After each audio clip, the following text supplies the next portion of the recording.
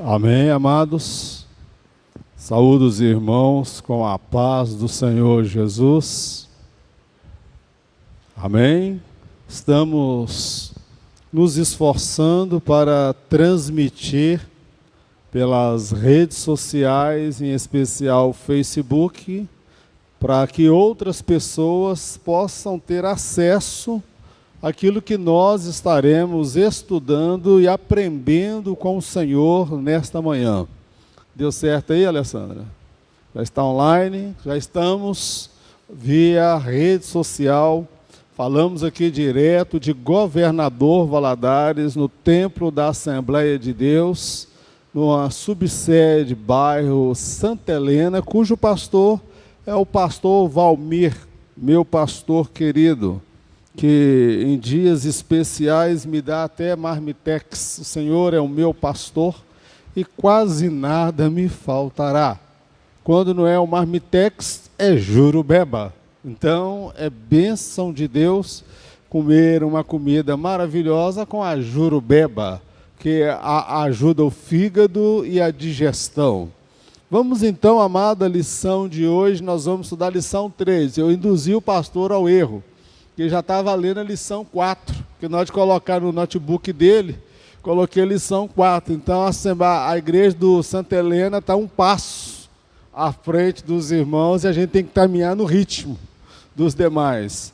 A lição de hoje é a chamada profética de Samuel. É sobre isso que nós iremos falar. Samuel, ele tinha uma chamada profética. Agora, irmãos, nós vamos compreender que um profeta, ele não se faz do dia para a noite. Há todo um processo de maturação, de crescimento, de transformação e preparo. Posteriormente, no último tópico, nós vamos estudar para compreender se há profetas nos nossos dias.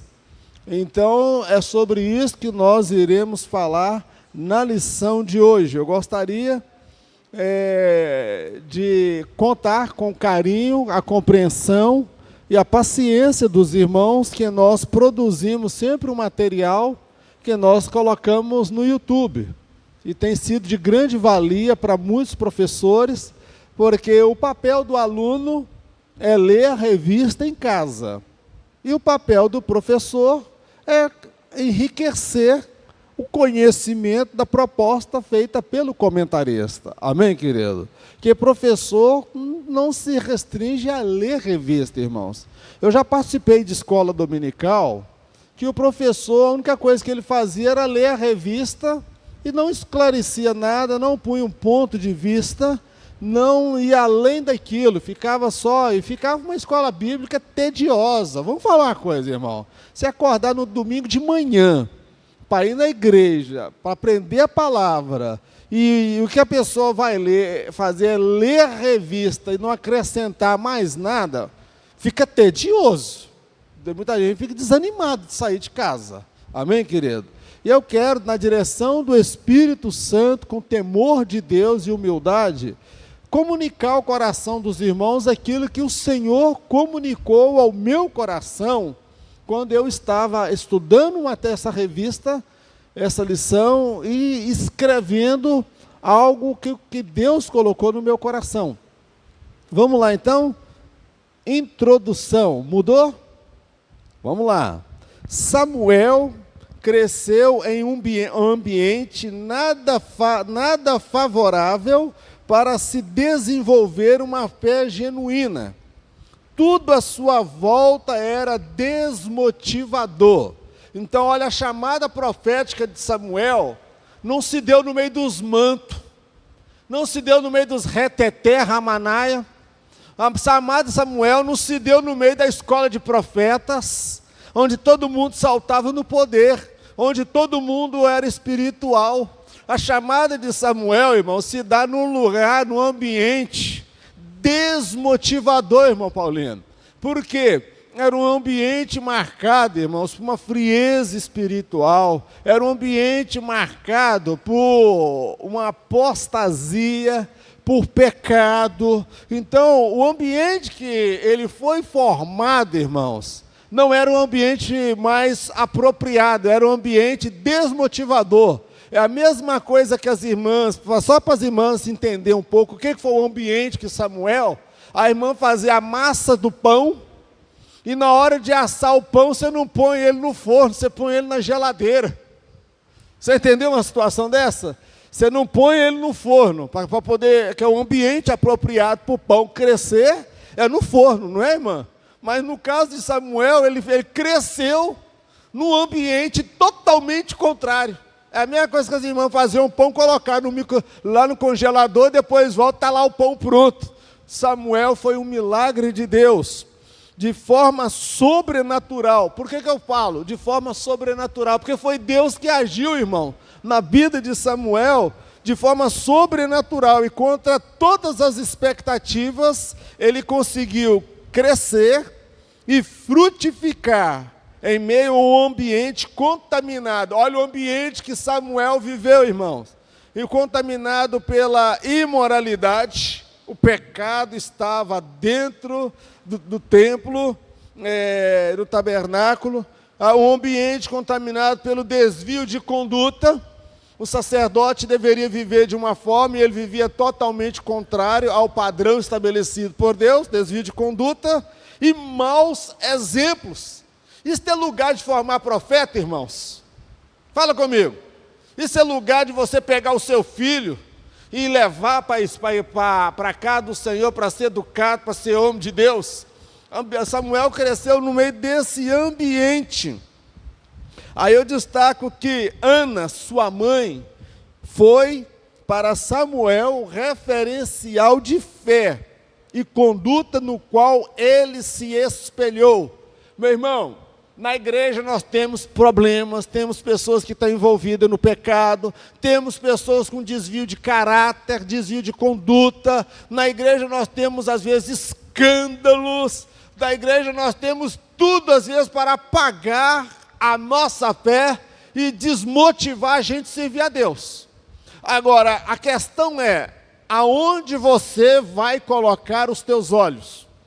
Irmãos, mas eu louvo a Deus, que mesmo a igreja atravessando problema, tendo dificuldade, crise no ministério, como estamos tendo aqui em Valadares, ainda existem pessoas fiéis, pessoas que são sinceras, pessoas que são verdadeiras, pessoas que são autênticas. Então Samuel, no meio de todo aquele ambiente que ele conviveu, ele colocou na mãe dele.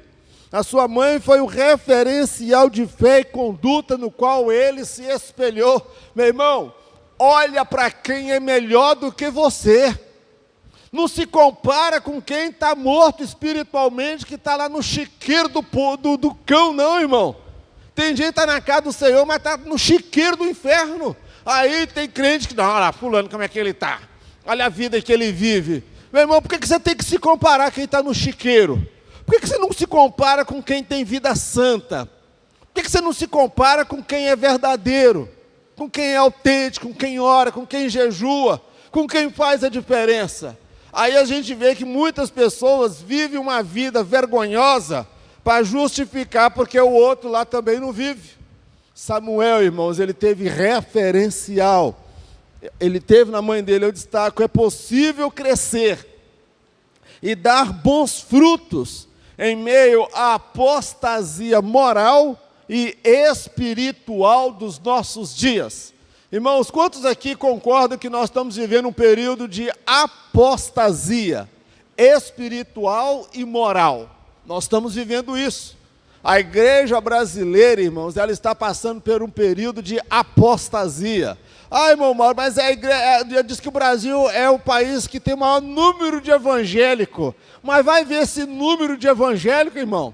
Tem boate gospel, tem tudo gospel, cantor gospel, balada gospel, tem um monte de miséria. Tem igreja, irmão, para lésbica, tem igreja para sapatão, tem igreja para gay, tem igreja para ladrão que rouba mesmo do povo. Então nós vemos um período de apostasia. As pessoas estão desviando. E há aqueles que se encontram, os desigrejados. Não é que eles rejeitaram a Cristo, eles rejeitaram a postura dessa igreja desviada que está aí. Agora eu pergunto, eu vou sair da igreja ou eu vou permanecer nela? Porque eu fui plantado na casa de Deus. Quem me plantou aqui, meu irmão, foi o Espírito Santo, foi Deus que me plantou. É difícil frutificar? É, mas é possível estabelecer um relacionamento com Deus. Samuel é a prova disto. Amém, querido? Salmo Davi, como árvore plantada à beira de ribeiros, que dá o seu fruto no tempo certo, permanece. Ou seja, quem nós somos, irmãos? A crise, sabe o que é a grande vantagem da crise? A crise espiritual, os escândalos, os conflitos no ministério, ele tem um lado positivo, que ele revela quem realmente é verdadeiro com Deus e quem não é. Tem a turma do oba-oba, a turma que pega carona, que vai na igreja, mas quando vem a perseguição, quando vem a luta, ele se escandaliza porque não está firmado na palavra. Ele não ora, não jejua, ele acaba desviando, faz biquinho, eu vou sair da igreja.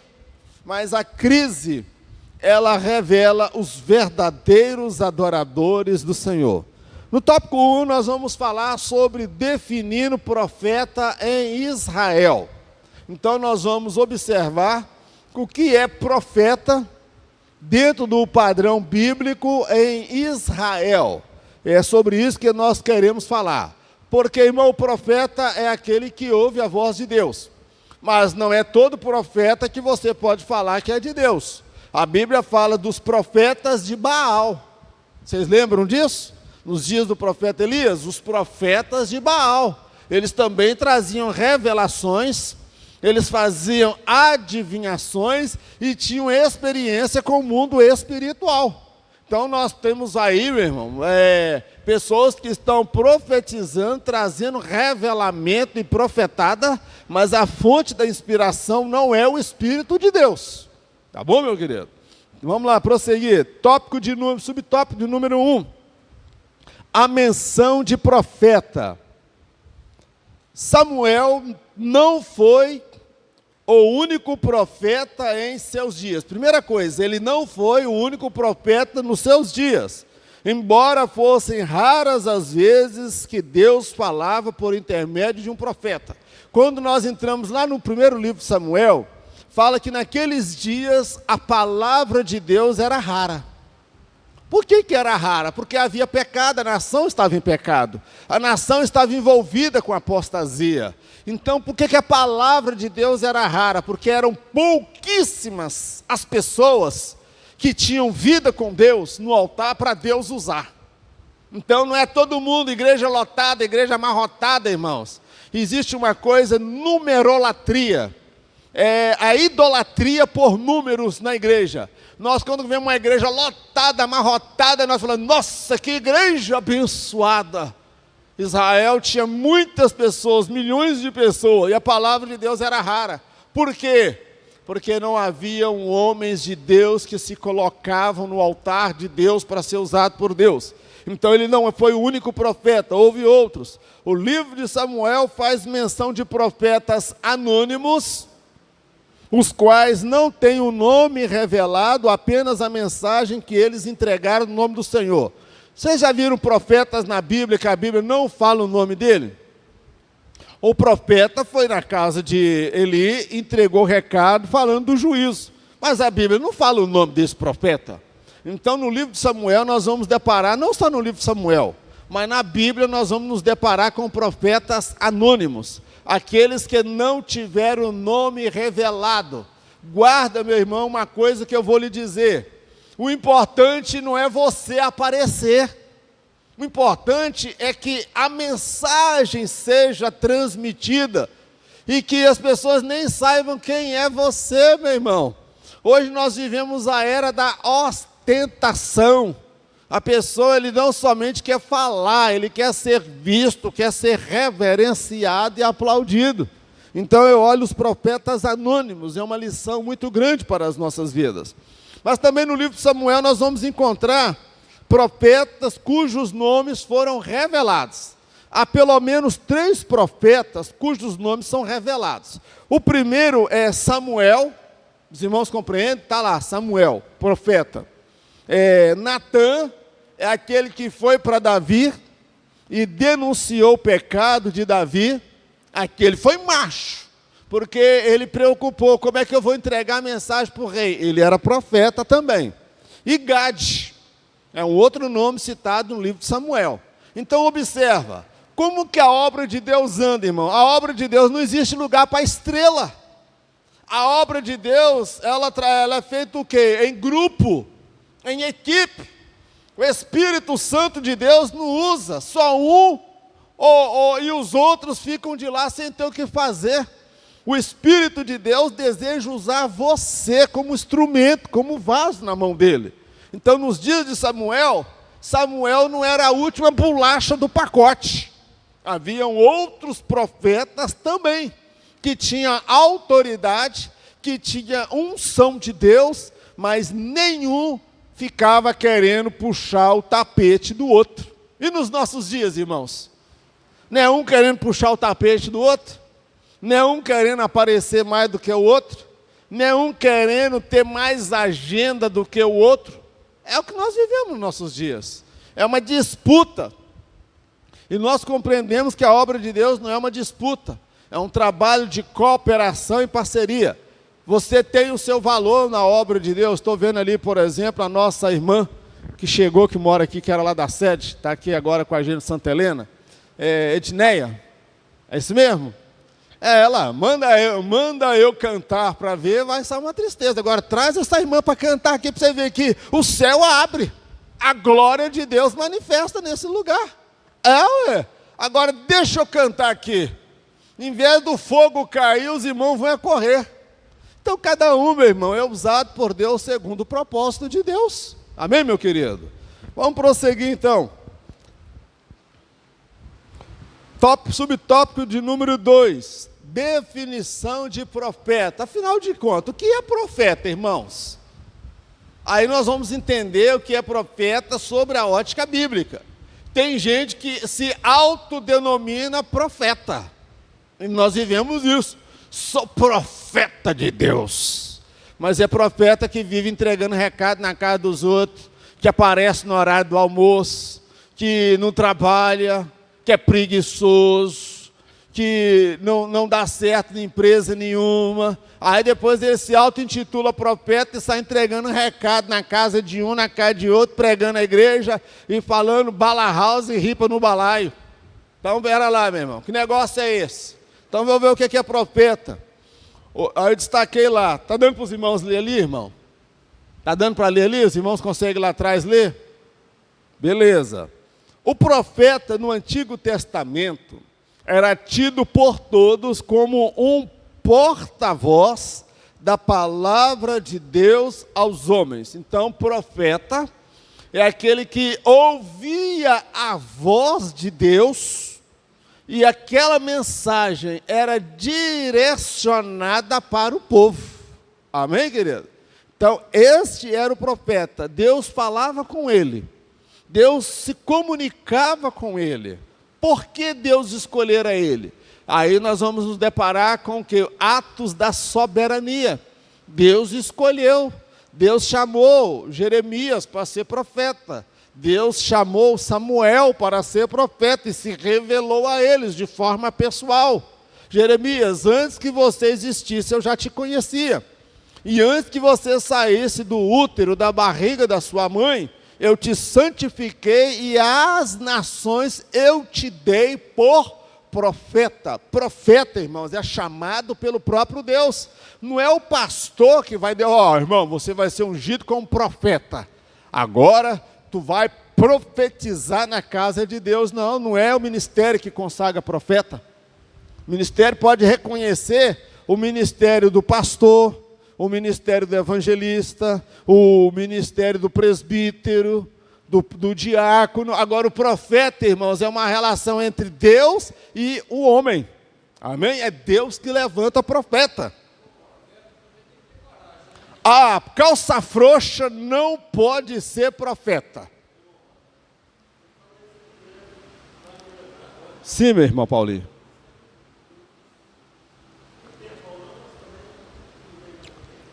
Sim.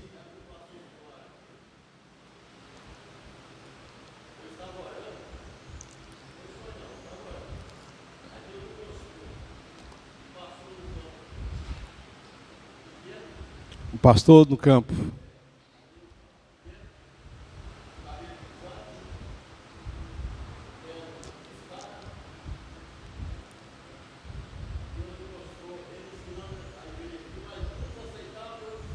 Sim, uns aceitavam.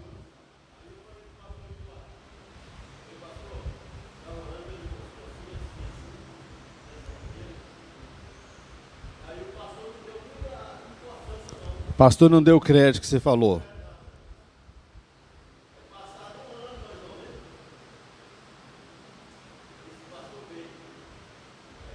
Aham. Sim.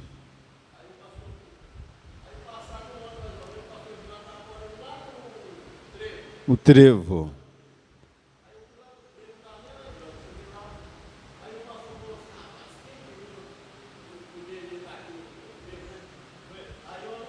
Se lembrou da profecia.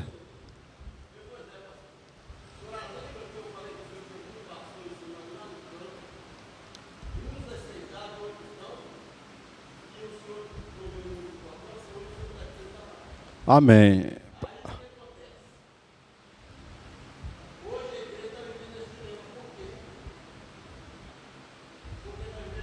O dilema que a igreja está vivendo.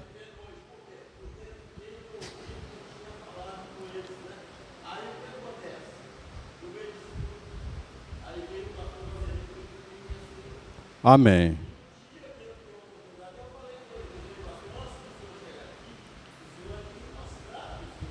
Amém. Isso. Amém. Ele está relembrando. Ele está relembrando um episódio que Deus falou com ele. O problema, irmãos, de fazer ao vivo, porque no YouTube, estou ali no Facebook. Quando alguém conversa, quem lá faz uma pergunta, bom que viesse fazendo no microfone.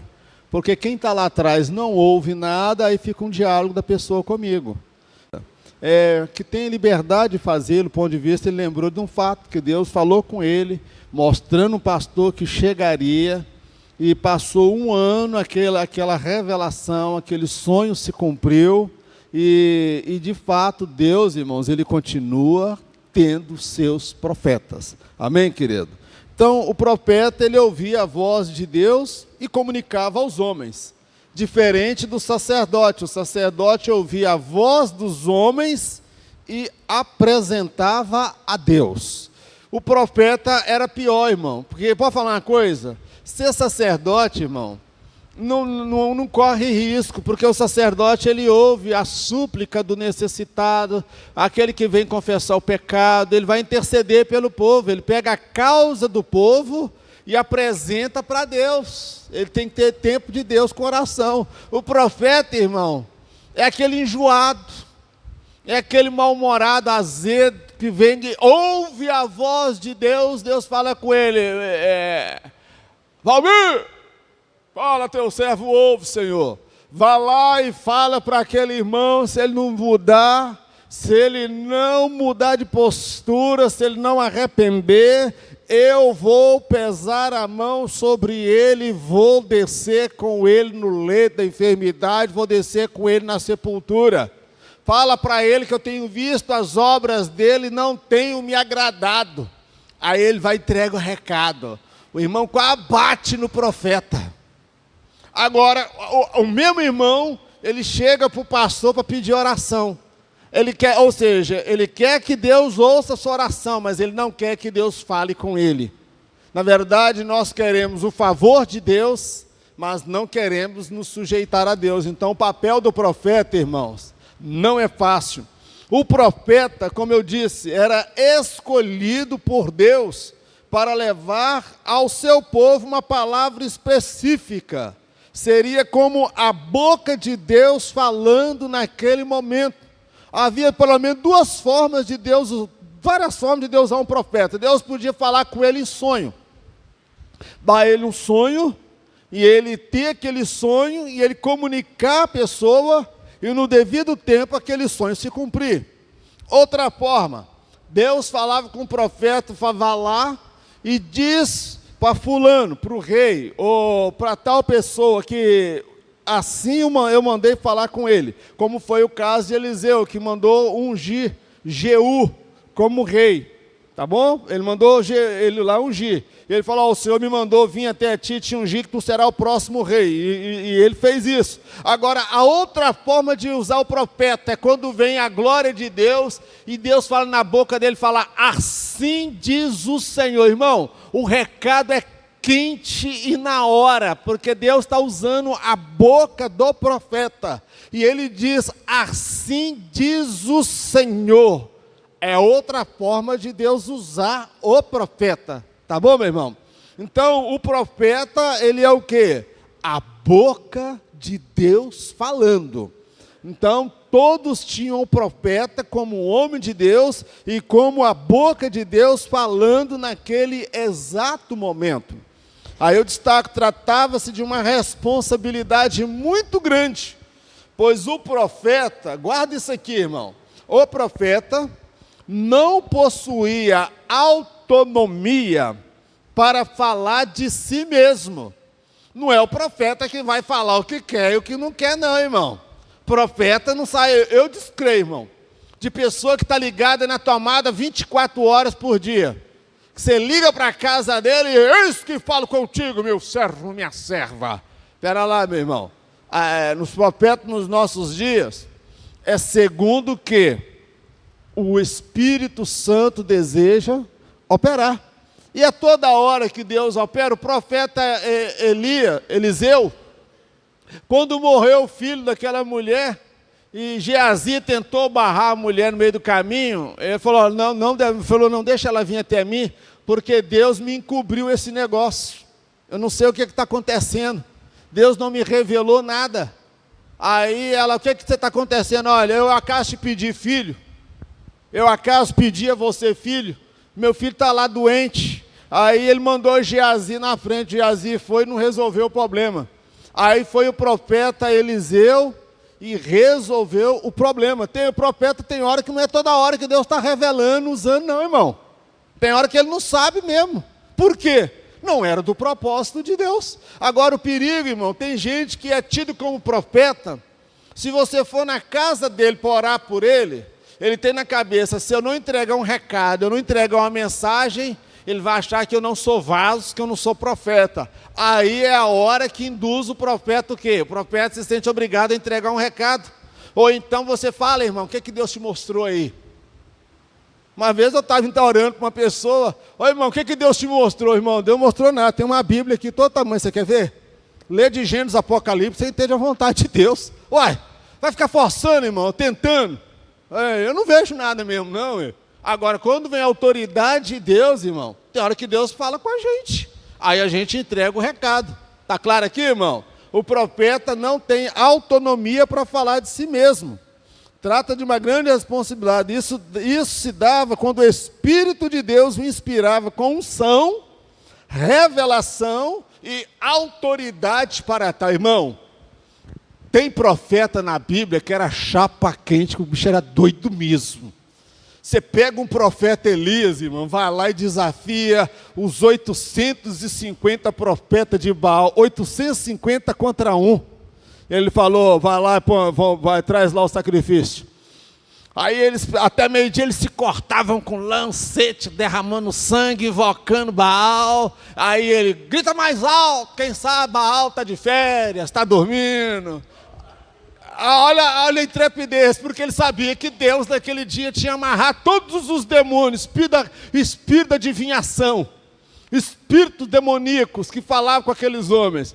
Aí ele, se você quiser pegar fogo, o que você põe, mano? Lenha seca, palha e material que pega fogo. Elias vai e faz o contrário, mano. Ele usa H2O, água, como combustível. Ele pega água e joga água no altar. Aí depois vem, pega, não, traz, já faz de novo e joga água. Aí alguém olhou assim, rapaz, esse não vai pegar fogo de jeito nenhum. Se fosse eu, irmão, eu jogava gasolina. Se fosse eu, jogava álcool, querosene, ou então pegava aquele óleo da Venezuela que está jogando, que está caindo aí no litoral brasileiro, botava aquele petróleo ali e depois eu jogava fogo. Irmão, quando Deus quer agir, você não precisa de combustível para ajudar Deus, não. Quando Ele quer agir, Ele faz. Elias jogou, tacou água em tudo, irmão. Alguém olhou, meu Deus, ele não vai pegar fogo de jeito nenhum. Aí ele ora a Deus, Deus, para que todos saibam que Tu és Deus em Israel. E por causa de Ti, do Teu nome, é que eu fiz estas coisas. Mostra o Teu poder a esse povo. Irmão, e Deus manda uma labareda de fogo, todo mundo, a nação inteira, viu o fogo descer, consumiu o holocausto, e a Bíblia fala que lambeu toda a água. O que quer dizer? Que não ficou nem vestígio de água. Isso é profeta, irmão. Autoridade. Então é quando vinha sobre ele. Mas e quando a autoridade não vinha? Aí você vai ver o profeta correndo de Jezabel. Ele correu de Jezabel, fugiu. Então, irmão, o profeta é uma pessoa humana, como eu e você, comedor de feijão, arroz e taioba. E come ovo frito mesmo, zoiudo. Mas é profeta de Deus, irmão, está cheio da unção de Deus. Amém, querido? Vamos prosseguir.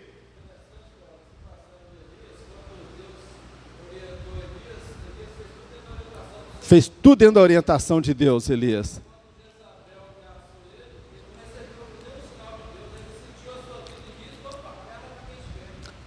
Verdade, o pastor está comentando uma coisa, irmãos, olha, quando chegou o momento de Deus agir, Deus dá as diretrizes para o profeta.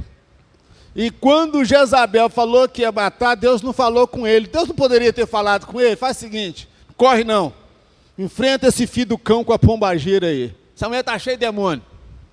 Pode ficar que eu te garanto. Deus não falou nada com ele. Aí quando Deus não falou nada com ele, o que nós vemos, irmão? No primeiro momento nós poderíamos ver, rapaz, mas o cara é o super-homem, super crente. Aí quando Deus não fala nada com ele, ele volta a ser humano. Ele é humano comum, tem medo de mulher, irmão. Porque a mulher, ela era doida. Não era o diabo que entrava em Jezabel, não. Jezabel que entrava no diabo, o diabo ficava possesso. A mulher era sacerdotisa, a mulher tinha a treva absoluta na vida dela. Como Deus não falou nada com ele, ele falou o quê? Vou escapar com a minha vida. Irmão, todos nós, mesmo sendo usados por Deus, estamos sujeitos aos nossos momentos de fraqueza, de duvidar. Tá bom, irmão? Vamos prosseguir. Samuel e os demais profetas. Nós vamos falar aqui Samuel e os outros profetas contemporâneos dele. O ofício de profeta, irmão, era diversificado, repleto de tarefas e responsabilidades. Tem gente, aqui não acontece isso, irmão, mas eu já vivi uma era nos anos 90, quando eu converti, que era um tal de profeta para lá e profeta para cá, e só encontrava profeta no monte, irmão. Você não via profeta no hospital, você não via profeta na escola bíblica dominical, você não via profeta nem culto, estava só nos mantos buscando poder, mas não participava de Santa Ceia, não obedecia pastor, e durante a mensagem, a pregação, ele levantava de lá para entregar uma mensagem de Deus, disse que era de Deus, mas pera lá, ele nem ouvia a mensagem, ele nem aprendia a Bíblia, era proibido até estudar teologia, porque teologia, a letra mata e o Espírito vivifica. Então nós vamos ver que o ministério profético, irmão, ele não era toda hora chegar, assim diz o Senhor. Não, profeta não, irmão. Ele era um referencial de conduta para o povo. Ele falava em nome de Deus, mas ele vivia de forma digna. a refletir o caráter de Deus aos homens. Samuel e os demais profetas do seu tempo eram detentores da fé pública. Tanto do povo como os reis criam nas palavras que eram proferidas por eles. O que é fé pública, irmão? Quando um profeta ele era de Deus, e Deus estabeleceu método para estabelecer se o profeta era de Deus ou não. Qual o primeiro método que Deus estabeleceu na lei de Moisés? Quando alguém profetizar e a palavra dele se cumprir, eu sou com ele e ele é profeta. Quando alguém profetizar e a palavra dele não se cumprir, cair por terra, não os tendes como profeta. Aí na reunião de membro, irmão, eu nunca vi tratar alguém porque entregou uma profetada do cão, que tirou a profecia lá debaixo do sovaco do diabo e saiu entregando. Profecia de casamento, irmão. Profecia de casamento. E disse que era de Deus que estava rolando o irmão Juquinha com a irmã Chiquinha. E depois o irmão não dava certo, porque o casamento não foi Deus que fez, foi o profeta que disse ter uma visagem. Porque ele nunca foi tratado em reunião de membro. Então, profeta, irmão, é coisa séria. Então, ele ouvia as palavras de Deus, ele tinha fé pública. O que é a fé pública? Quando ele falava, as pessoas acreditavam que de fato Deus estava usando o profeta. Assim era nos dias de Samuel. A Bíblia fala que nenhuma das palavras de Samuel caiu por terra. O que é isso? Tudo que ele falou se cumpriu. Amém? Ele detinha a fé pública. Quando tinha um problema, o povo e a nação ia até Samuel. Isso chama-se fé pública. As pessoas acreditam. Até pouco tempo atrás, o Jornal Nacional, as emissoras de TV detinham a fé pública, antes das redes sociais. O que o jornal falava era uma verdade absoluta. Todo mundo, você viu o que saiu no jornal? Hoje, com a ascensão da WhatsApp, Facebook, YouTube, quando eles dão uma notícia lá, e você já viu no Face a mesma notícia, mas sobre uma outra ótica que você começa a falar e ver, será que é verdade que saiu no Jornal Nacional? Será que é verdade que saiu na Bandeirantes? Então, a mídia, eu sou jornalista, irmão, estou falando com propriedade. A mídia, o jornal, ele detinha a fé pública. O jornalismo brasileiro hoje está entrando para o caminho do suicídio. Por quê? Eles fazem matéria distorcendo a verdade. E as pessoas passam não mais a acreditar nas notícias que são transmitidas. Vou dar um exemplo para os irmãos sobre como que é distorcer uma notícia. Um jornalista, o editor de um jornal, ele tinha que fechar o jornal, pastor. Tinha que trazer uma matéria manchete para atrair público. E ele não tinha uma matéria daquela chamativa para vender no dia seguinte. Aí ele virou para o fotógrafo que trabalhava lá no jornal, falou, rapaz, me ajuda, porque eu tenho que fechar a matéria, e você é um camarada que trabalha há anos aqui, você pode me ajudar? Ele falou, ô patrão, eu vi um episódio que aconteceu lá no Central Park, eu acho que é interessante só noticiar. O que aconteceu? Olha, um cachorro pitbull escapuliu da coleira e partiu para cima de um menino de 5 anos, e entrou um homem e segurou o cachorro mordeu ele, e ele segurou o cachorro, deu uma paulada no cachorro, e o cachorro soltou o menino, e ele salvou a vida do menino. Aí o editor falou, nossa, que matéria sensacional, eu vou colocar essa na primeira página. Cidadão nova-iorquino salva criança de ataque letal de pitbull no Central Park. Aí o fotógrafo virou para ele, o patrão, ele não era nova-iorquino, não. Não? Tudo bem.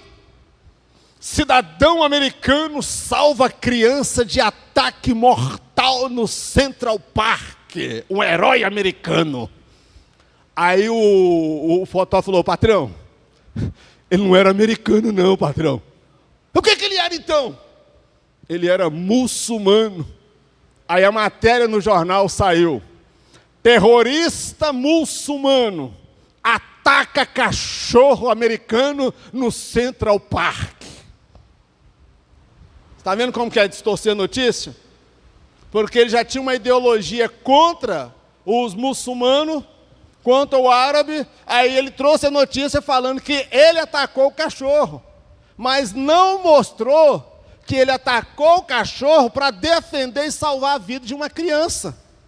Então, estão entendendo que a mídia detinha a opinião pública, a fé pública, e hoje já não tem mais essa fé pública. As pessoas olham desconfiadas,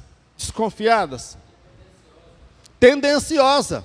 Então, meus irmãos, eles tinham a fé pública, em virtude da credibilidade. Esses homens eram conselheiros dos reis e também do povo.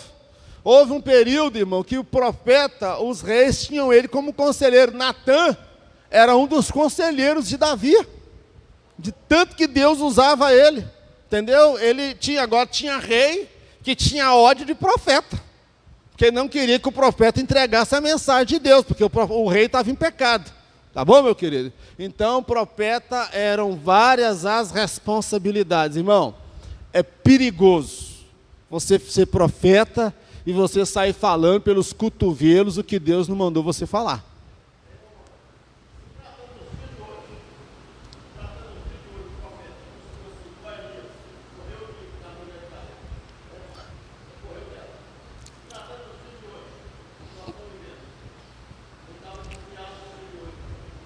Não, na verdade, irmãos, ele está perguntando se fosse nos nossos dias, quando o profeta fugiu de Jezabel, que ele estaria desviado. Ele não estava desviado, ele não perdeu a comunhão com Deus. Não podemos afirmar que seria hoje ele desviado, e nem naquela época ele esteve. Veja só, era a natureza humana, ele estava com medo.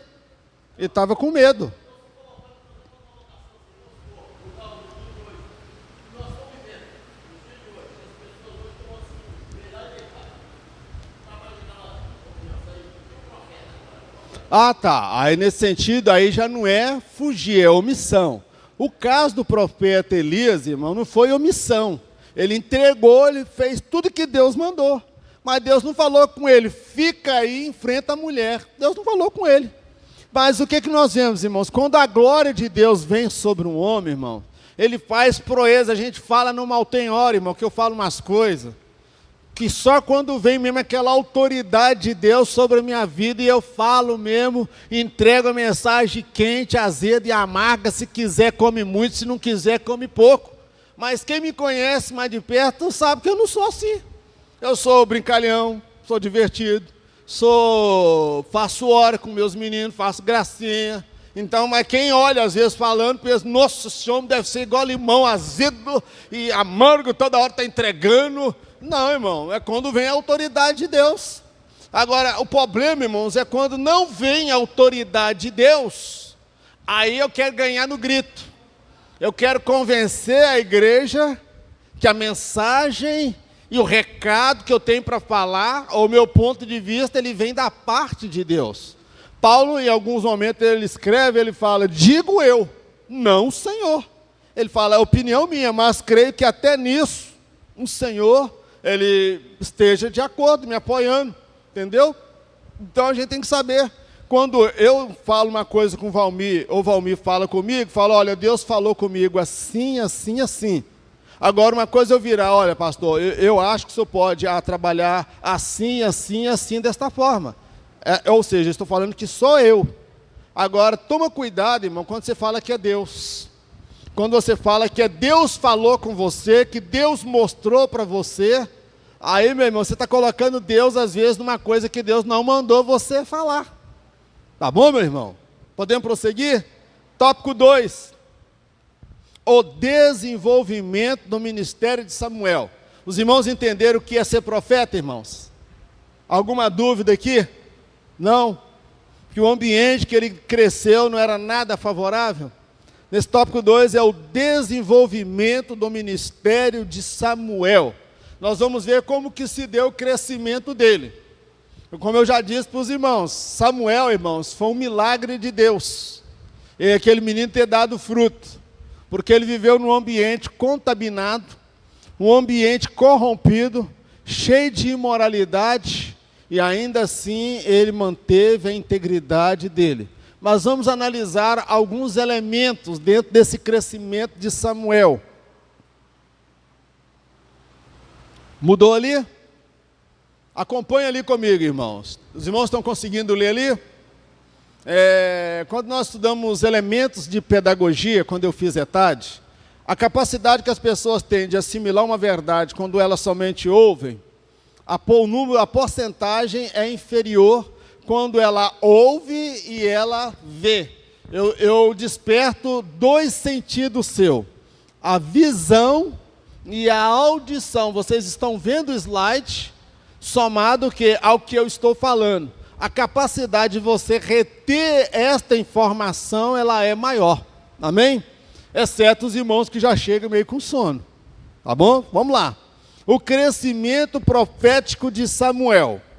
Frutificar em terra boa é o esperado, não é, irmão? Se você planta numa terra, aquela terra adubada, aquela terra apropriada, lá em casa tem uma terra preta, irmão, que eu tenho medo de enterrar um defunto e ele ressuscitar. Nasceu um pé de noni lá, irmão, que eu não sei de como aquele negócio surgiu lá. Nasceu aquela planta, Europronobis, que eles dizem que é bom para anemia. Eu não sei como é que aquele trem nasceu lá. Porque a terra é boa, irmão. Passarinho passar lá e soltar uma semente, daqui a pouco ele está vingando. Até uma melancia apareceu lá um tempo atrás, irmão, lá no meu quintal. Eu joguei a melancia, não, daí uns dias eu pensei que era uma abóbora. E a vizinha me pediu, eu dei para ela, quando ela cortou era uma melancia, verdinha. Então, frutificar em terra boa, irmão, é o esperado. Agora, está em terra seca e infértil, e ainda assim frutificar, e isto sim é uma bênção. O que isso representa, irmão? Você está numa igreja problemática, o ministério está em crise, sai fulano, entra ciclano, vai para a justiça, aí tem gente que fala, eu vou deixar de ser crente, não vou ficar mais nessa igreja. Vem cá, meu irmão, quem é que escreveu o teu nome no livro da vida? Foi algum pastor presidente que saiu? Ou o pastor presidente que está chegando? Quem é que te batizou com o Espírito Santo? Foi o presidente que saiu ou o presidente que está chegando? Então tem hora, irmão, que a gente preocupa com coisa que a gente não deveria estar preocupando. Então, frutificar em terra boa é bom, irmão, quando a igreja é maravilhosa.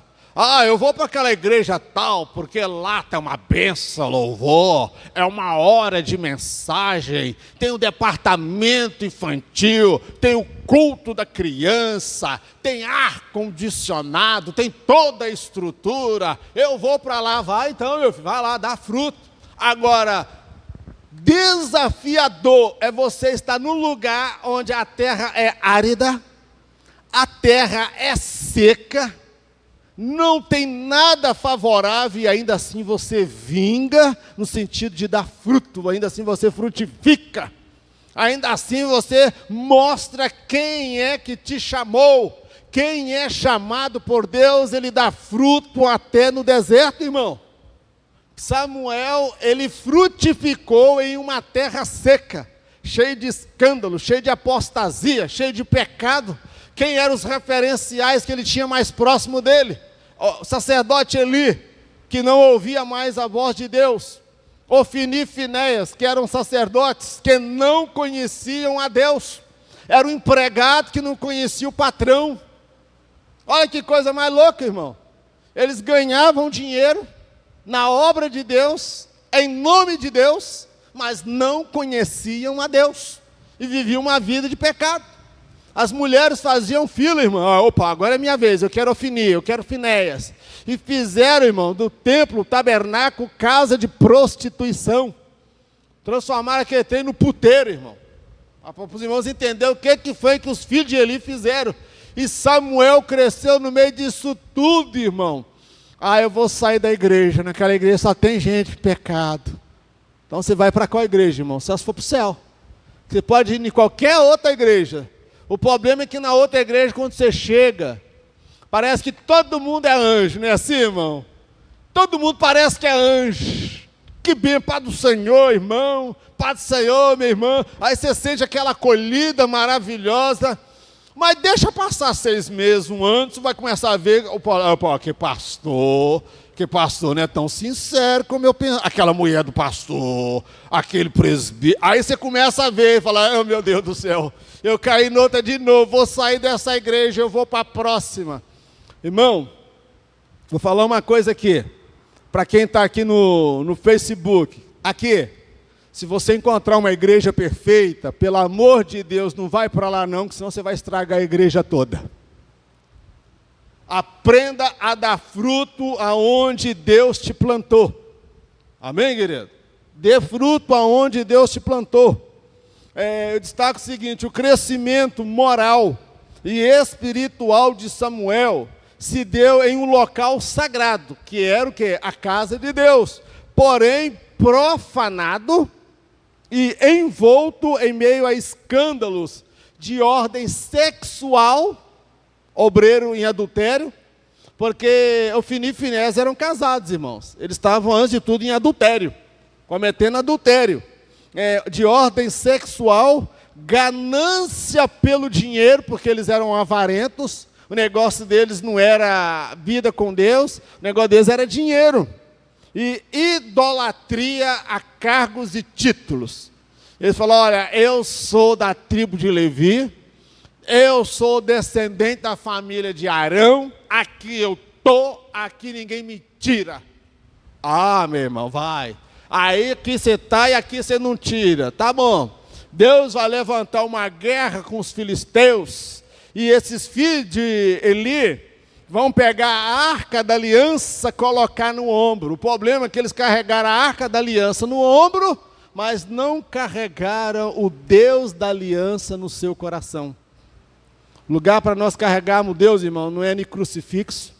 O lugar para carregar Deus não é nem sal grosso, não é nem lenço ungido. O lugar onde nós devemos colocar Deus é no centro do nosso coração, onde Ele reina de forma soberana. Amém, querido? Samuel cresceu em meio a esse ambiente.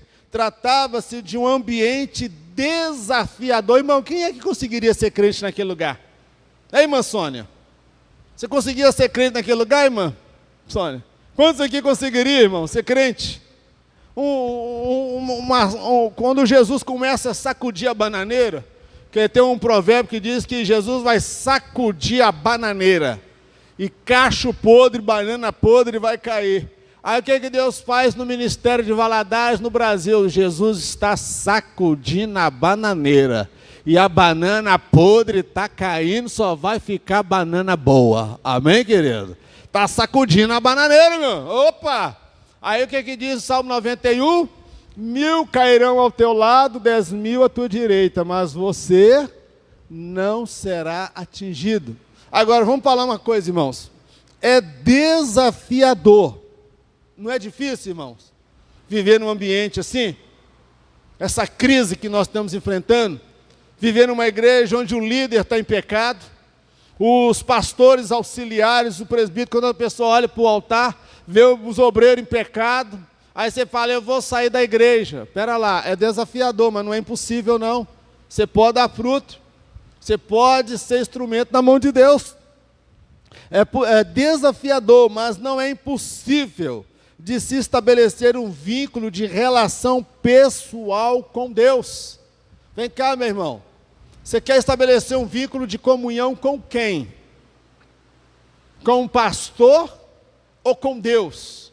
Irmãos, a história dos avivamentos, elas se deram no período de apostasia espiritual. Martinho Lutero, ele viveu uma das piores crises do cristianismo, quando a igreja mandou matar John Hus.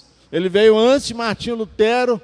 Ele diz, hoje vocês matam o pato, mas daqui a 100 anos virá um cisne, que vocês não poderão e não conseguirão matar. E era Martinho Lutero. Martinho Lutero cresceu no meio da corrupção do Papa da sua época, e ele escreve 96 teses contra o Papa e prega lá na porta do templo do lado de fora e torna a questão pública. E aí, irmão? E a Bíblia fala, irmãos, até acadêmicos. Eu estudei, quando eu fazia o curso de jornalismo, tinha uma professora de sociologia que ela dizia: até quem não crê em Deus, quem não é cristão, tem que reconhecer e ser grato pela vida de Martinho Lutero. Porque se não fosse Martinho Lutero na sua época, nós ainda estávamos vivendo o período das trevas, que matavam os profetas e todos aqueles que se levantavam contra o poderio da igreja daquela época, quando a igreja ela se tornou o poder absoluto. De onde Deus levantou? No meio daquela apostasia generalizada. Amém, querido? Você entendeu o que Deus está contando com você, irmão? Ah, eu vou correr. Corre não, pau de bosta. Corre não, calça frouxa. Enfrenta a situação. Enfrenta a situação, luta. Profeta, irmão, mostra valor. Deus vai forjando o caráter. Quando eu era criança a gente chamava assim. Quando um menino era meio medroso, olha as garotadas não sabem disso, né? Era mariquinha, calça frouxa, pau de bosta, e a gente dava um monte de nome de menino que era medroso. Então Deus está contando com um homem valente. É difícil servir a Deus nessa situação? Mas é possível estabelecer uma comunhão pessoal com Deus. Aí eu vou lembrar do que Jesus disse: entra para o teu quarto, fecha a porta após si e fale com teu Pai que está no céu. Quando nós passamos por crises espirituais, apostasia, o crente tem um caminho, que é o caminho de buscar a Deus na sua casa. Em casa. O culto na sua casa, irmão, tem que ser um culto maravilhoso. É lá que você vai ensinar o seu filho, a sua filha, o seu menino e a sua menina. É naquele culto, o casal ora e busca a Deus para ter a fé renovada. Mas sabe o que é o problema que nós temos enfrentado na nossa geração, irmão? É que o crente não ora durante a semana. Durante a semana fica no Sky, Netflix, filme, novela, futebol. Agora que diz que o Cruzeiro saiu da fada ali do rebaixamento, que agora subiu, os cruzeirenses, uhul! Cruzeiro subiu, não está mais na linha de rebaixamento, e o Galo está descendo. Aí a mulher está na novela, o filho está na internet. Aí quando chega no domingo, quer ver o pastor rebolar, cirandar, reteté do Ramaná, e quer ver a glória de Deus. Tem gente que traz salame de casa e quer ser servido com filé mignon na igreja. Você não fez nada em casa durante a semana, irmão. Quando nós nos reunimos aqui no domingo, Paulo diz, um tem cântico, outro tem adoração, um tem salmos, outro tem revelação, cada um traz alguma coisa, irmão. A reunião não é o pastor, o presbítero que vai fazer tudo acontecer, é a igreja que orou em casa, jejuou em casa, fez devocional em casa. Cada um traz de casa a sua brasa viva, e quando reúne, é brasa de lá. Um dá um glória a Deus, aleluia. O outro, aleluia. O outro dá um glória a Deus. Daqui a pouco Deus está agradando do culto, a glória vem, derrama sobre a igreja. Aí tem gente que não traz a brasa viva, traz o carvão apagado e quer que acende, irmão. Quem é que já fez churrasco? Irmão, a coisa mais difícil do churrasco é acender o carvão. E até que aquele negócio pega fogo, até que começa a dar brasa e a carne começa a ficar assada. Tem gente que chega na igreja que a carne é assada. Pastor, é frio, nunca vi um culto daquele. Aí quer botar a culpa no pastor, irmão. Espera lá, irmão, nós estamos vendo inversão de valores. Ou então igreja onde o pastor é a estrela. Ele dá aquela imagem de santarrão, que ele é quase a quarta pessoa da Trindade. vocês não precisam orar, jejuar. Basta vocês virem aqui pegar o lenço ungido. Eu tive lá em Israel e trouxe aquela água lá do Monte Sinai. Trouxe aquela terra do Monte Sinai. Aí, irmão, se esses homens tivessem trazido tanta terra do Monte Sinai, acho que aquele trem não era nem monte mais. Devia ser um vale. Deve ter secado a água em Israel todinha do Rio Jordão. Aí tem gente que não ora no jejum e fica aí, irmão, atrás dessas indulgências, desses objetos.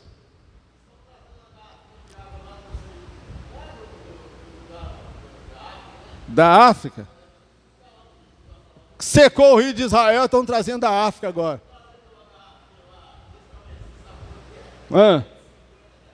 Eu vi um dia desse, irmãos, uma igreja aí, não vou falar o nome, dizendo o pãozinho desse tamanhozinho, sacolado.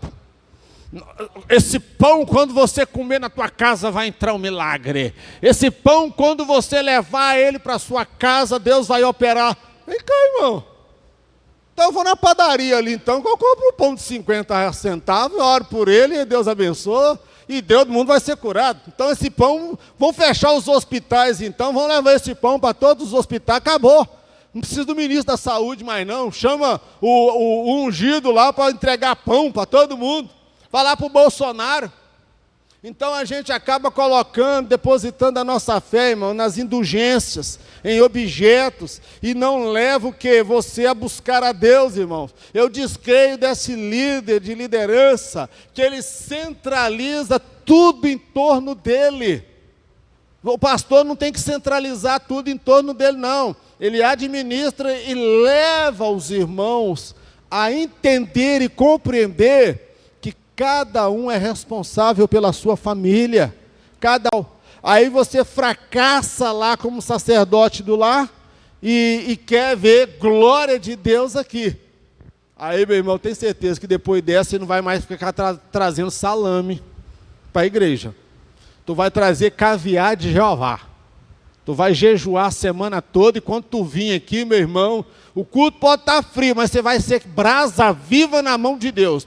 Aí daqui a pouco alguém olha para você está, glória a Deus! Aleluia! Aí alguém olha assim, parece que até glória a Deus na Assembleia é outra coisa estranha, irmão. Quando alguém dá um glória a Deus, o outro olha assim, ó, que isso? O que está acontecendo?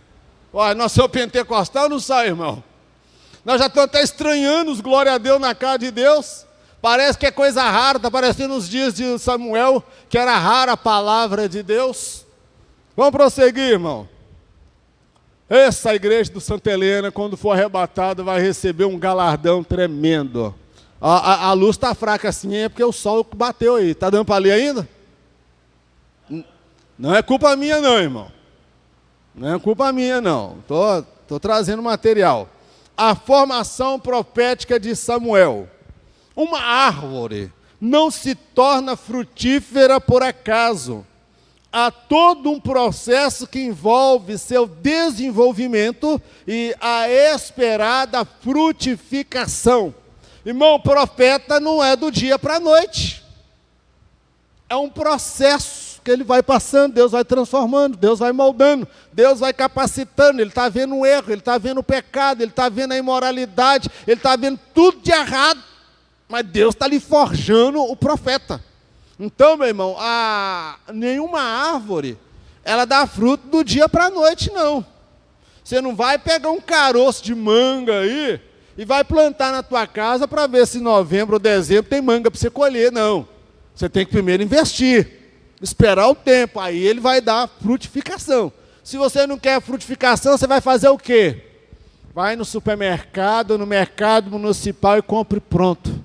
Aí tem crente que não ora, tem crente que não jejua, não busca a Deus, não tem vida com Deus, mas ele vai pagar pelo milagre.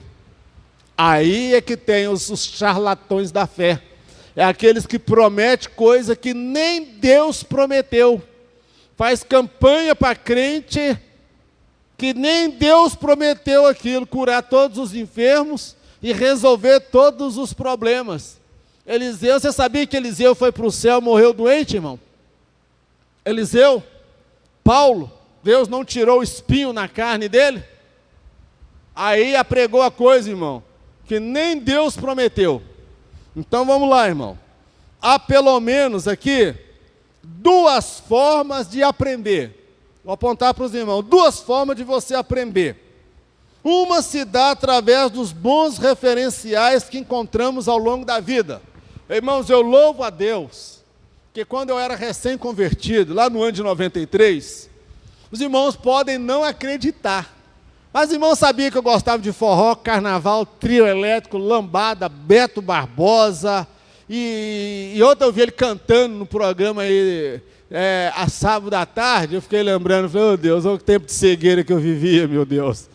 E era bom, eu gostava de dança de salão, dava aula, dancei já na exposição aqui de Valadares, com o grupo Lambadares. Então, quando eu aceitei Jesus, eu encontrei pessoas que foram referencial para mim de vida com Deus. Pessoas sérias, pessoas comprometidas. Eu aprendi com elas. Eu tive prazer de orar e descobri o caminho da oração, porque eu vi pessoas que oravam todo dia de manhã na igreja e eu ia para lá. Elas iam para o monte orar e eu ia junto com eles orar também. Para falar a verdade, minha conversão se deu foi no monte. Subiu lá um pecador, Jesus me pegou naquele dia, irmão, e a glória dele veio e eu era calado. Pô, os irmãos podem não acreditar, mas eu era calado, irmão. Eu era acanhado. Eu era tímido. Aí Jesus, quando me alcançou, me deu língua de papagaio. Converse mais. Fala à vontade. Tem hora que o Valmir fica aqui olhando para o relógio e olhando para mim. Aí, irmão, eu tive bons referenciais. Eu logo, Deus pela misericórdia, eu fui comprando Bíblia, Paulinho. Bíblia mais Bíblia, para ler, porque a igreja onde eu converti, irmão, os irmãos lá liam muito Bíblia, estudos maravilhosos. Eu falei, o quê? Eu vou ter que comprar a minha Bíblia. A primeira Bíblia que eu comprei, irmão, era uma capa azul. Eu cheguei na igreja todo alegre, todo orgulhoso, a primeira Bíblia. Aí o pastor disse, abra sua Bíblia lá no Evangelho de Mateus. Irmão, lá vai eu pegar minha Bíblia. Procuro lá em Gênesis, não acho. Vou lá em Apocalipse, não acho. Vou em Sofonias. Eu falei, gente, eu acho que eu comprei a Bíblia errada. Essa Bíblia não tem Mateus. Há uma senhora idosa que estava na minha frente, viu eu procurando, falou, irmão, está aqui, ó. É o primeiro livro do Novo Testamento. Eu não sabia nem o que era o novo, o que era o velho, o antigo. Irmão, não sabia. Aí eu fui o quê? Me dedicar à leitura, comprar material, fui ler. Em casa eu devo ter umas 8, 10 Bíblias de estudo, irmão. E um monte de livro que eu já li. Para a glória de Deus, eu falo isso com temor, porque eu tive bons referenciais. Agora, irmãos, a outra forma de você aprender, a outra se dá por intermédio da observação crítica dos maus exemplos à nossa volta. O que é observação crítica? Observação crítica, irmão, não é você julgar o outro. É você olhar que aquela pessoa diz ser crente, mas não tem nada de crente. O testemunho dele é vergonhoso, dentro da igreja e fora da igreja. Aí você olha para ele com um olhar crítico, você fala, é o tipo de crente que eu não quero ser. Eu encontrei muito crente carnal. Eu converti, eu tinha 23 anos de idade, irmão. Tinha umas meninas lá sem juízo que usavam aquelas calcinhas asa delta, que os rapazes ficavam doidos, irmão, quando via aquele trem. E eu era recém-convertido, eu vim do mundão, forró, carnaval, noitada. E eu gostava de mulher já naquela época, e continuo gostando. Hoje eu gosto de uma só, que é a minha. Irmão, que trem, e muita gente embarcou na asa delta. E caiu e está lá no inferno. Hoje desviou, está caído até hoje. Então eu vi um bocado de Jezabel dentro da casa de Deus com espírito de prostituição. Mulher casada me assediando, irmão. Menina adolescente me assediando. E Deus me deu graça. Tinha hora, irmão, que a carne quase que saía do osso, pulava em cima. Mas Jesus, calma aí, Leão. Eu tenho outro propósito na sua vida. Eu te dou graça. Eu te fortaleço. Aí consegui chegar até os 33 anos de idade. Idade de Cristo, eu casei com a Alessandra. Já não está 10 anos, irmão, com Jesus e não era casado. E eu tinha uma vida pecaminosa. Irmãos, eu posso dizer para os irmãos, é possível servir a Deus, no meio da escassez, no meio do escândalo, no meio do pecado. A questão é, aonde você vai colocar os teus olhos? Eu coloquei os meus olhos nos bons. Eu quero ser como aquele. Eu quero pregar um dia igual aquela irmã prega. Eu quero pregar um dia igual aquele irmão prega. Esses eram os meus referenciais.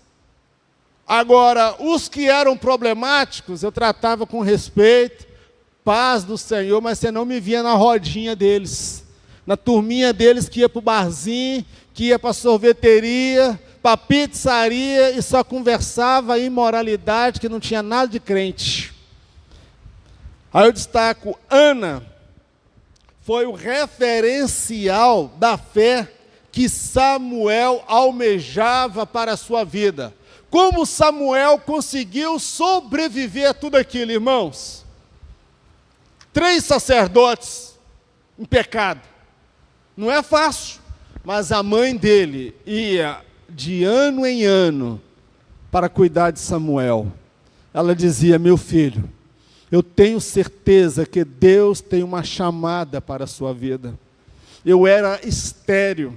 Aqui mesmo nesse templo, nesta casa que você está, o Deus de Israel, que é o Deus vivo, Ele abriu a minha madre, Ele me fez ficar grávida de você. Esse Deus é poderoso e no tempo devido, Samuel, Ele vai te levantar. Eu fui uma mulher humilhada, eu fui pisada, desprezada. Esse sacerdote que você está servindo, que está te orientando, ele me teve por embriagada, ele me julgou também. Mas fica no teu lugar, meu filho, quando chegar a hora, Deus vai te levantar. Ana era o referencial que Samuel precisava, irmãos. Tem gente problemática na igreja? Tem. Eu pergunto para você, que referencial que você é para as pessoas, irmãos?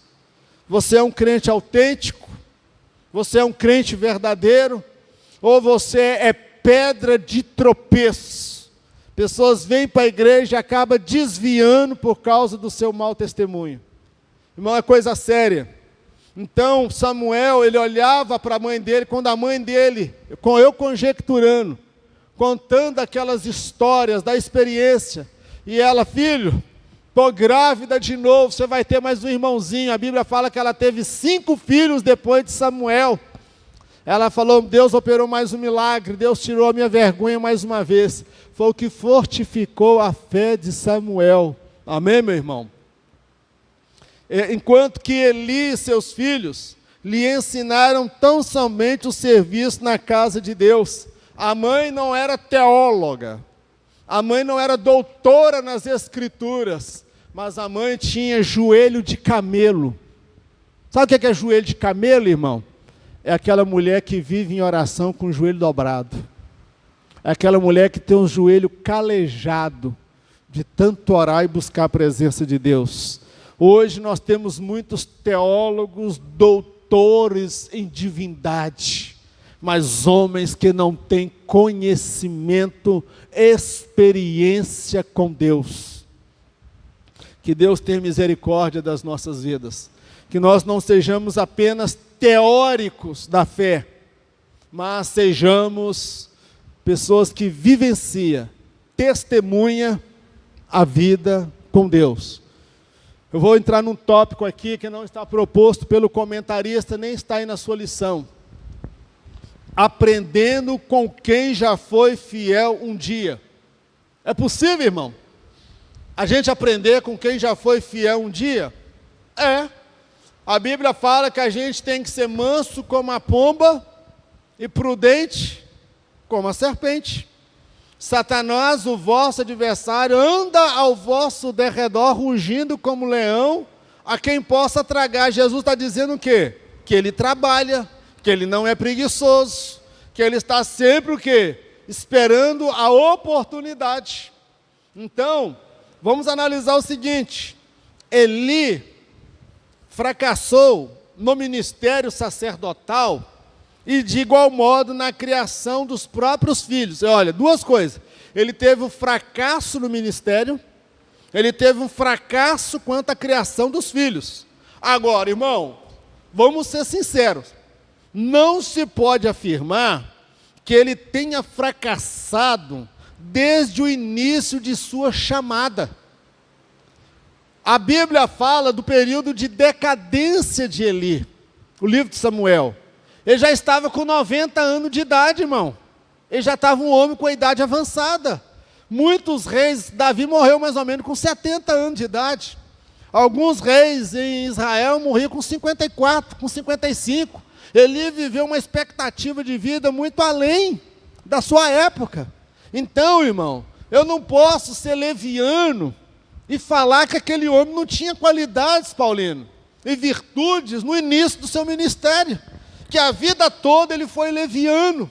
Que a vida toda ele foi uma pessoa medíocre. Eu não posso afirmar isso. Então não se pode falar que ele tenha fracassado desde o início da sua chamada. É possível, é fato, que em dado momento, ele se perdeu.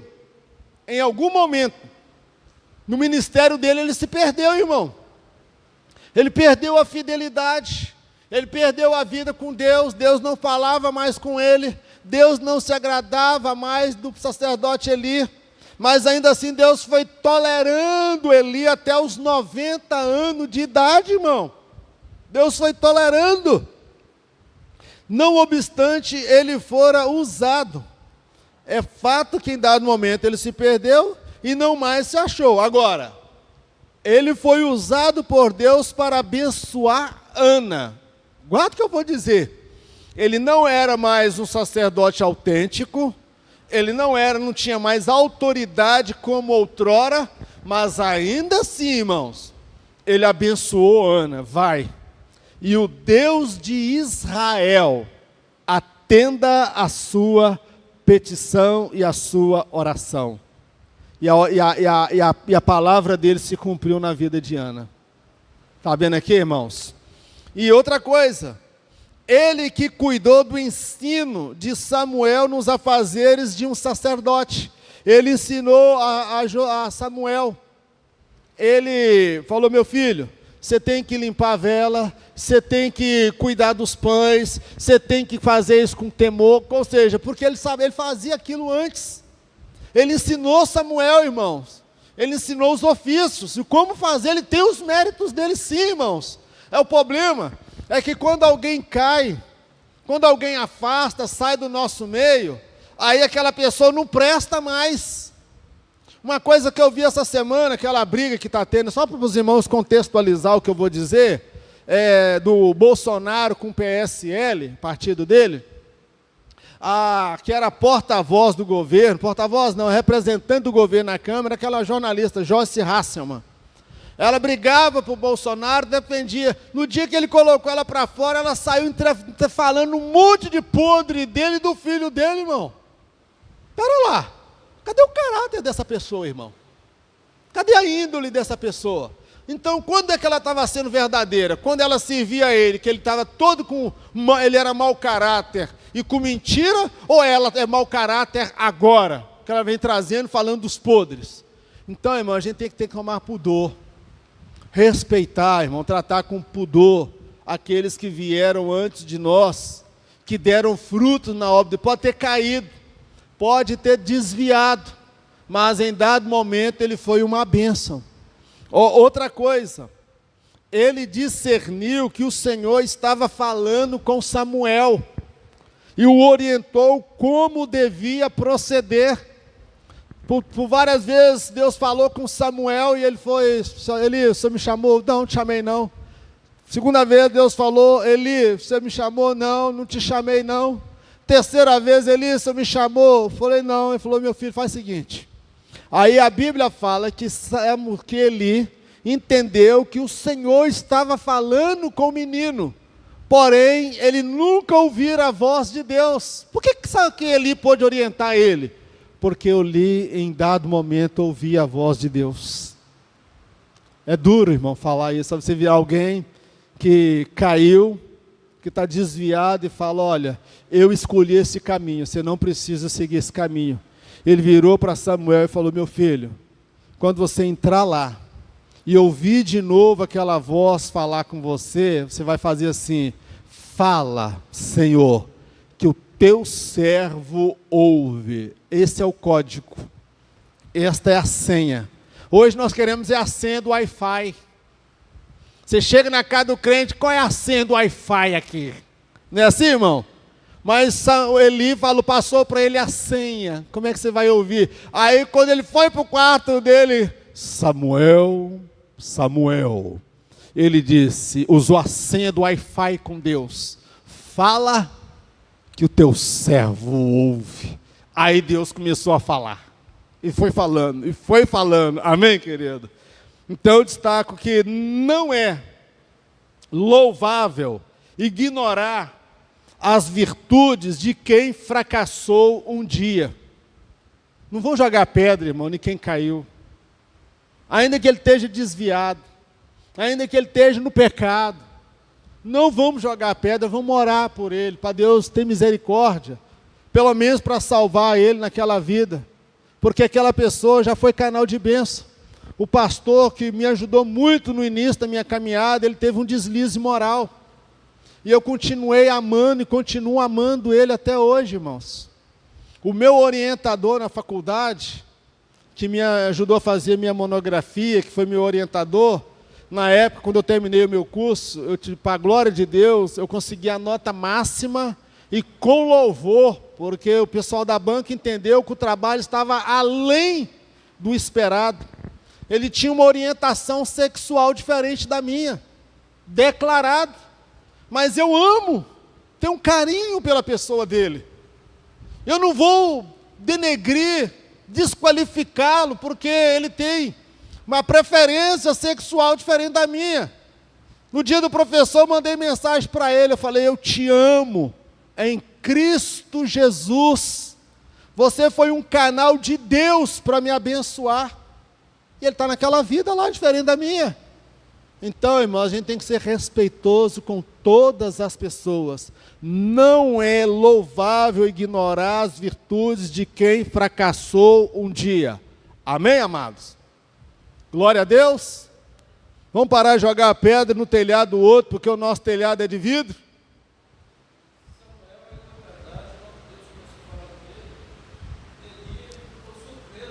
Eli ficou surpreso.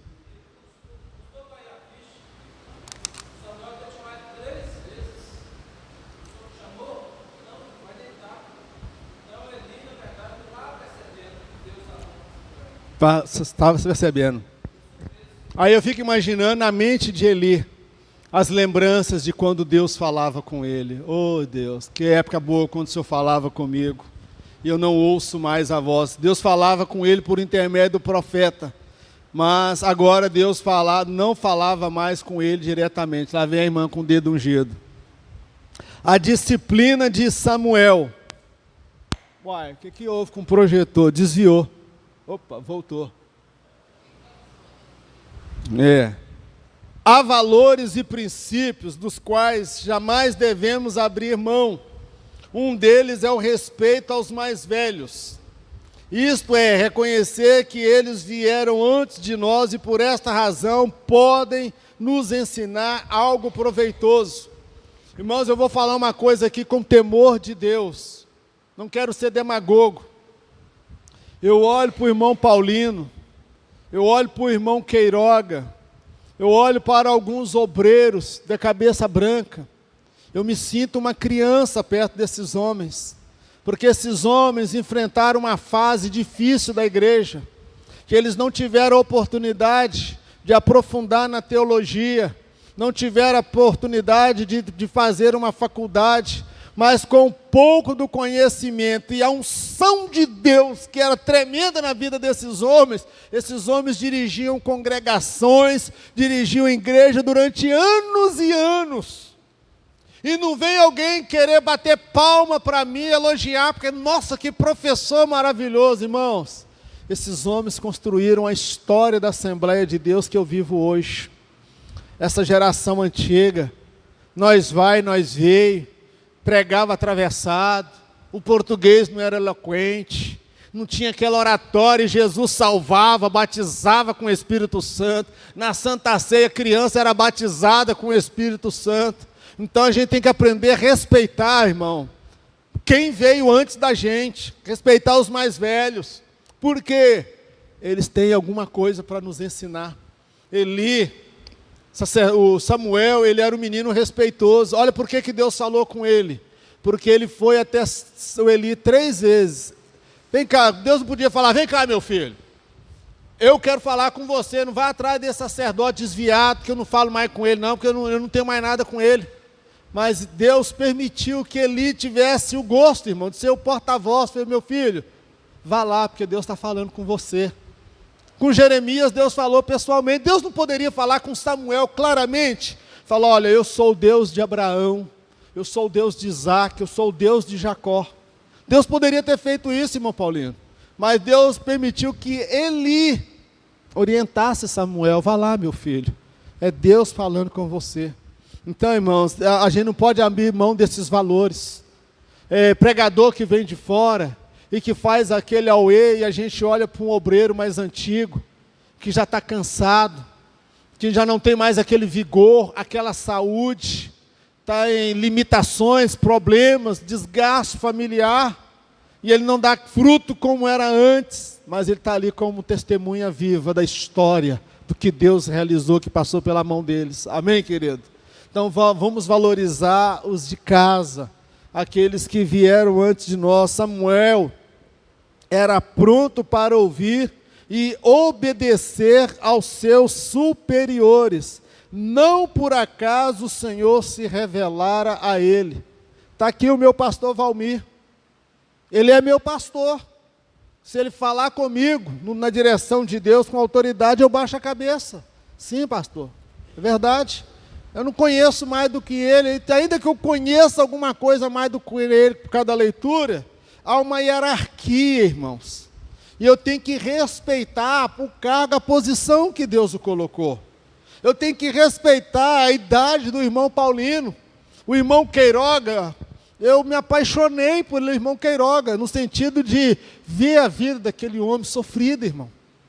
Como ele lutou ao longo de anos fazendo a obra de Deus, e tantos. Quando você vê aqueles irmãos idosos, cabelo branco, já cansado, as irmãs idosas na igreja, quantas experiências, histórias essas irmãs têm? Aí quando vem um professor e prega, ele pensa assim, nossa, como Deus me usa. Não, irmão, é porque esse lugar está repleto de oração feita por homens e mulheres que oraram durante décadas, pedindo a Deus avivamento. Eu sou apenas, irmãos, um parafuso pequeno nessa engrenagem chamada igreja. E se eu partir hoje, Deus levanta outro melhor do que eu. Se eu achar que eu sou a última bolacha do pacote, Deus levanta outro com muito mais unção e autoridade para fazer o que eu faço, e os irmãos nem vão ter lembrança de mim. Amém, querido? A obra de Deus não para, não.